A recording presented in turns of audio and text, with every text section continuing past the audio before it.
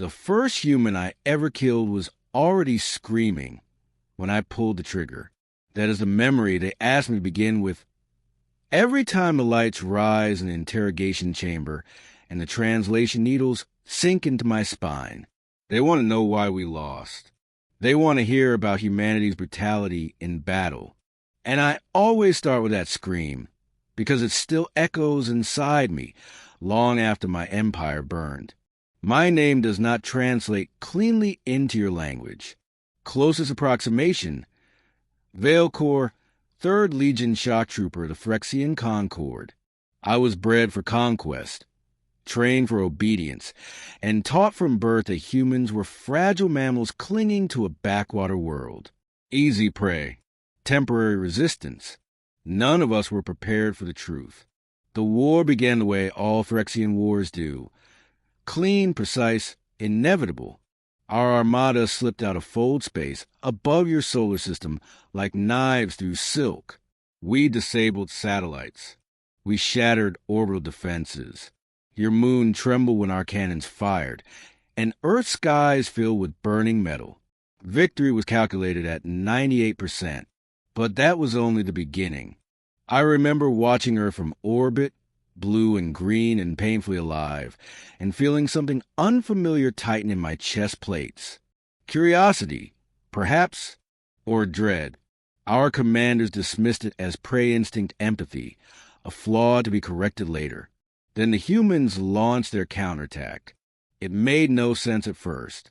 No formal fleet engagement. No orderly formations. Just hundreds of heat signatures erupting from the atmosphere. Small, crude ships accelerating far beyond safe tolerances. They shouldn't have held together. Any rational species would have turned back. The humans didn't. They slammed into our cruisers at suicidal speeds, detonating antimatter charges at point-blank range. Not to win the battle, to make a statement. What I saw next changed everything. Boarding sirens howled across our flagship.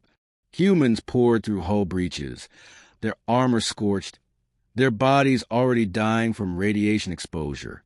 Some were missing limbs. Some were on fire. None of them retreated.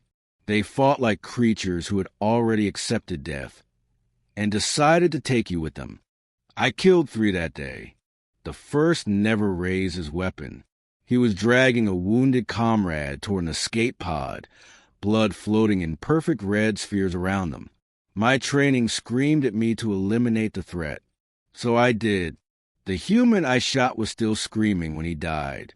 Later, in the silence after the battle, I asked my superior why the humans didn't surrender once orbital control was lost. He looked at me with cold compound eyes and said, "Because they are not fighting to win. They are fighting to make us hurt." I did not understand then. I would. Planetfall came next.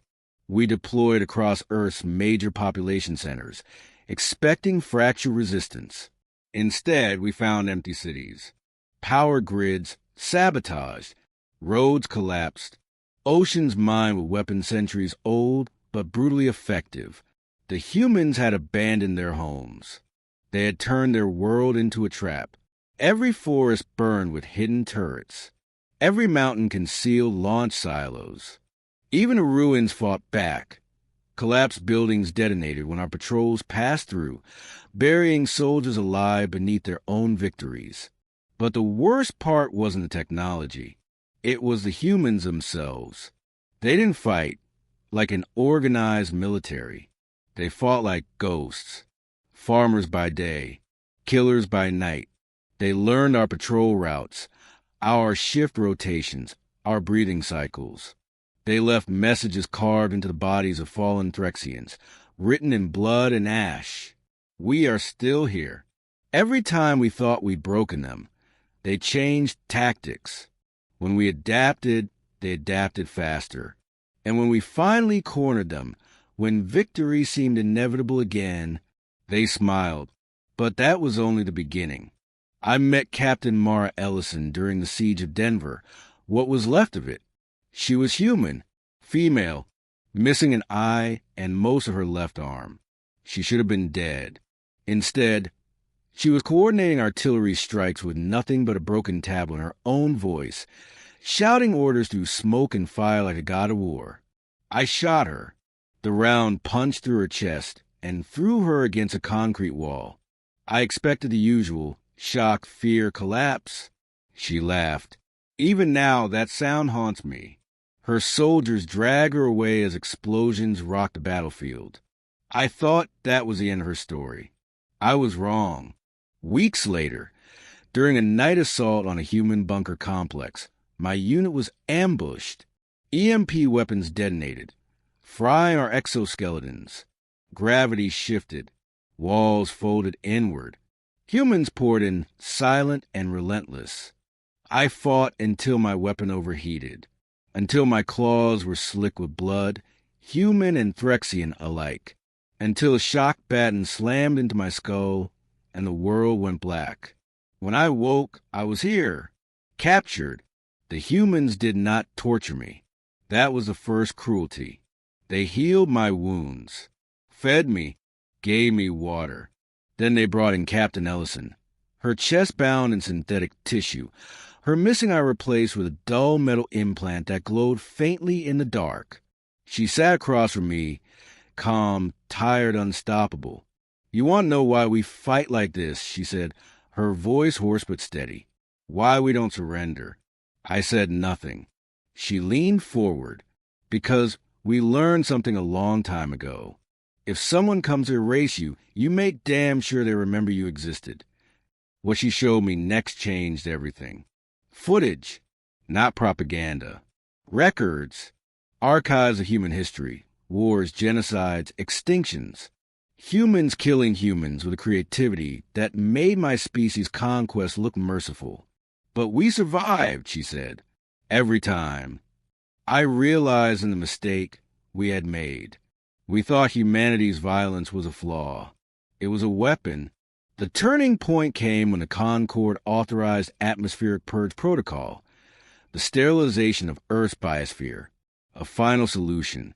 I was still in prison when the order was given. Captain Ellison watched the sky turn red through reinforced glass as orbital cannons powered up. "Your people think this ends a war," she said quietly. "It doesn't." She was right.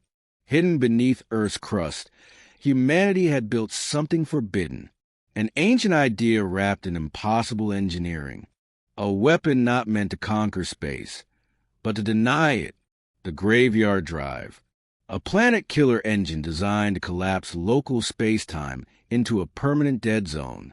No hyperspace, no fold, no escape. Earth would die, but it would take the Concorde fleet with it. None of us were prepared for the truth. The humans activated the drive as our armada fired. Space screamed.